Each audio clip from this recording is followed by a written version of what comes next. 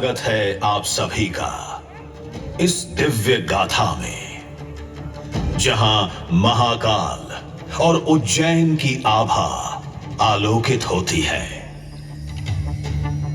आपसे विनम्र अनुरोध है कि कृपया अपने मोबाइल फोन्स को साइलेंट मोड में डालें या स्विच ऑफ कर दें, ताकि आप इस प्रस्तुति का संपूर्ण आनंद बिना किसी व्यवधान के उठा सकें। इस शो के प्रस्तुतकर्ता हैं उज्जैन स्मार्ट सिटी लिमिटेड। निष्पादक हैं मध्य प्रदेश पर्यटन। तो प्रस्तुत है महाकाल की शक्ति, उज्जैन की भक्ति।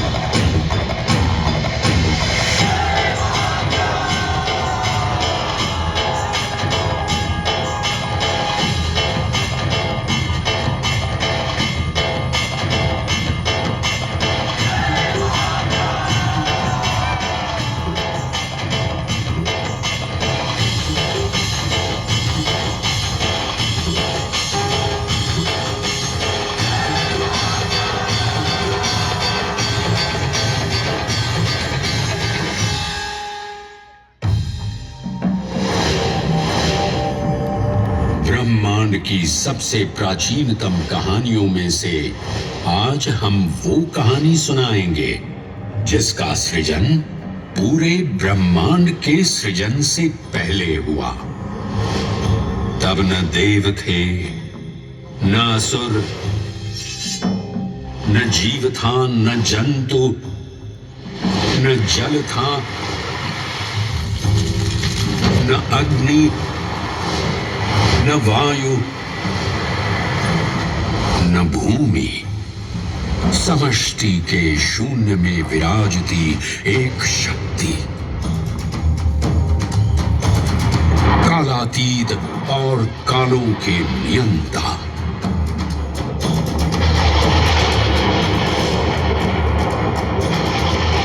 विधाता भी और विध्वंसक भी, अखंड, अचल, अविनाशी। ये कथा है उस महादेव के महाकाल स्वरूप की, जो सृष्टि के आरंभ भी हैं और काल के आगमन भी हैं। वे ही काल के सृजनकर्ता और नियंत्रणकर्ता भी हैं।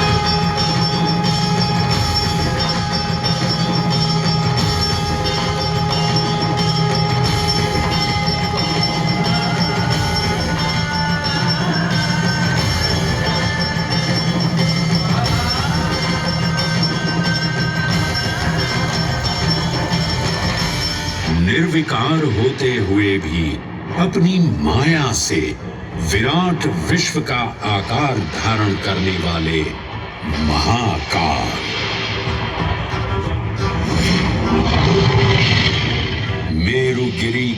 धनुष और भगवान विष्णु को बाण बना दैत्यों के 3 पुरों का नाश करने वाले महाकाल। वो महाकाल जो तीनों लोकों में विद्यमान सभी शिवलिंगों में प्रधान हैं।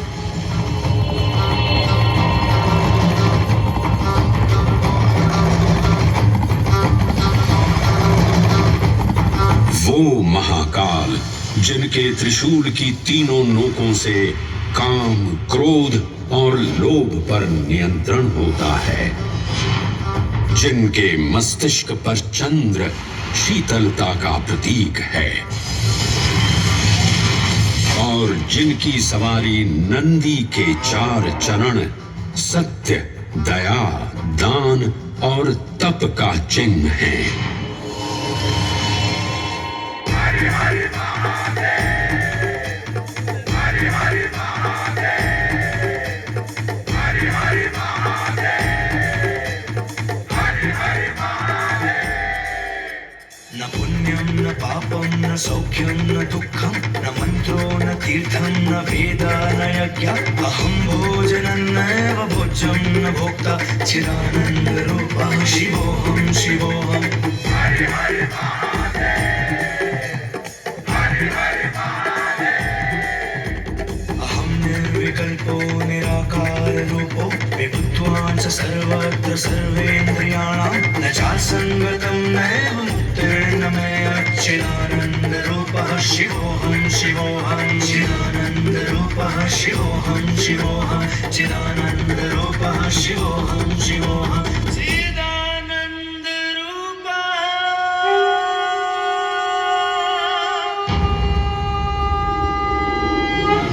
वराह पुराण में कहा गया है, नाभिदेशे महाकालस्तन्नाम्ना तत्र वै हरः, अर्थात नाभिदेश उज्जैन में स्थित भगवान महाकालेश्वर तीनों लोकों में पूजनीय हैं। आकाशे तारकामलिंगम पाताले हाटकेश्वरम मृत्युलोके महाकालम सर्वलिंगम नमोस्तुते। आकाश में तारक लिंग के रूप में, पाताल में हाटकेश्वर के रूप में और मृत्युलोक में महाकाल के रूप में स्थित भगवान शिव को प्रणाम। समस्त लिंग स्वरूपों में विद्यमान भगवान शिव को सादर नमस्कार। नाभिदेश उज्जैन का अटूट बंधन है महाकाल के साथ, जो महाकाल स्तोत्र में उल्लिखित है। उज्जयिन्यां महाकालम महाकालेश्वरम हरम महाकालम महायोगिनम नमामि पार्वती पतिम। तो चलिए मैं आपको कथा सुनाता हूँ इसी महान उज्जैन नगर की। उज्जैन, जिसे संस्कृत साहित्य में अवंतिका, विशाला, कुशस्थली, पद्मावती, कनकश्रृंगा, स्वर्णश्रृंगा, प्रतिकल्पा, कुमुदवती और अमरावती के नाम से पुकारा गया। उज्जैन, जो मनुष्य को मोक्ष प्रदान करने वाली 7 नगरियों में से एक है। उज्जैन, जहां 84 महादेव का आशीर्वाद प्राप्त है। उज्जैन, जिस पर सदा ही कृपा रहती है महाकाल की। यहाँ सतत क्षिप्रा नदी की निर्मल धारा बहती है। डमरू के नाद से जीवन को ऊर्जा मिलती है। घंटियों की झंकार मन को आनंदित करती है और यहाँ का आकाश शिव आशीष स्वरूप है। श्मशान ऊषर क्षेत्र पीठम तु मनमेव च पंचकत्र न लभ्यते महाकाल पुरद्दते। अर्थात यहाँ पर श्मशान, ऊषर यानी अनुपजाऊ भूमि, क्षेत्र अर्थात पवित्र भूमि, पीठ यानी शक्ति स्थान और मन अर्थात आध्यात्मिक शांति का स्थल, पांचों एक ही स्थान पर उपलब्ध हैं। ये संयोग महाकाल की नगरी उज्जैन की महिमा को और गरिमामय बना देता है। उज्जैन के इस अलौकिक स्वरूप से प्रभावित हो महाकवि कालिदास अपने काव्य मेघदूत में लिखते हैं, हे जलधर, यदि महाकाल के मंदिर में समय से पहले तुम पहुंच जाओ तो तब तक वहां ठहर जाना जब तक सूर्य आंख से ओझल न हो जाए। शिव की संध्याकालीन आरती के समय नगाड़े जैसी मधुर ध्वनि करते हुए तुम्हें अपने धीर गंभीर गर्जनों का पूरा फल प्राप्त होगा। ये संध्या आरती जिसे कालिदास ने सराहा है अत्यंत महत्वपूर्ण है, क्योंकि ये वो प्रहर है जब सभी देवी देवता गंधर्व यहाँ उपस्थित होते हैं।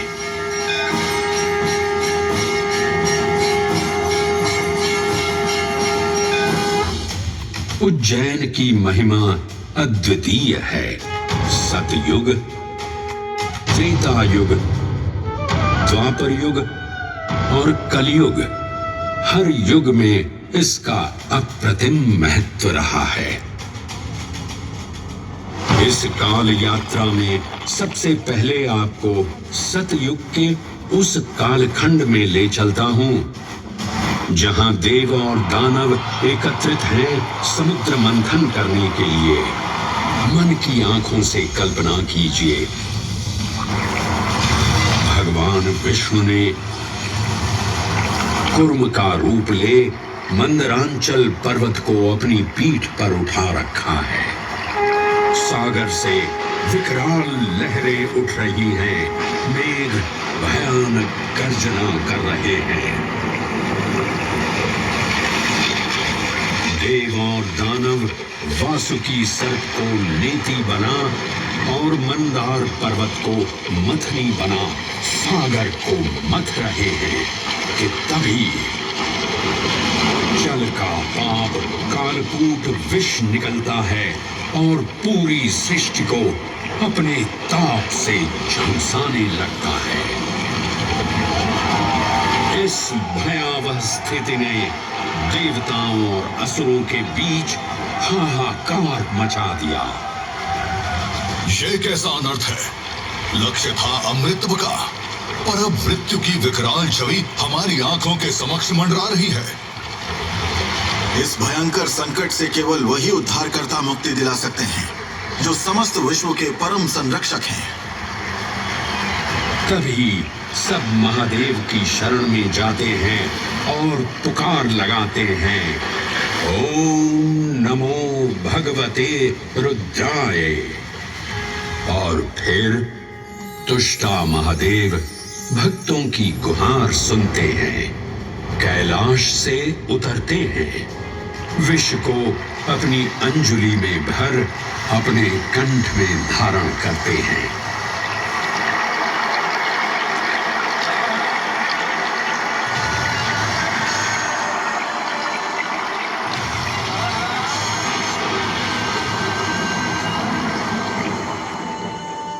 अंततो गत्वा सागर मंथन से अमृत कलश प्रकट होता है। जैसे ही अमृत प्रकट हुआ, दानवों ने इसे केवल अपने आधिपत्य में लेने की आकांक्षा प्रकट की और संघर्ष छिड़ गया। आज यदि हम इस अमृत को प्राप्त कर सकें तो हम देवताओं पर हमेशा के लिए प्रभुत्व स्थापित कर पाएंगे। अमृत अपात्र हाथों में ना जा पाए, क्योंकि ये अपनी शक्ति का असीम दुरुपयोग करेंगे। इस अराजकता के परिणाम स्वरूप अमृत की कुछ बूंदें छलकी और पृथ्वी तक पहुंच गई। 4 4 स्थलों पर स्पर्श हुआ इन बूंदों का। हरिद्वार, प्रयागराज, नासिक और उज्जैन। अमृत की इन्हीं बूंदों के कारण उज्जैन में हर 12 वर्ष पर कुंभ सिंहस्थ मेले का आयोजन होता है। भगवान शिव की लीला देखिए, लोक कल्याण के लिए स्वयं विषपान किया और अपनी नगरी पर अमृत वर्षा करवाई। अमृत की पावन बूंदों से अभिसिंचित ये दिव्य उज्जैन भूमि रामायण के पृष्ठों में भी सम्मिलित हुई। सतयुग के बाद त्रेता युग में माता सीता की खोज में वानर सेना का यहाँ आगमन हुआ।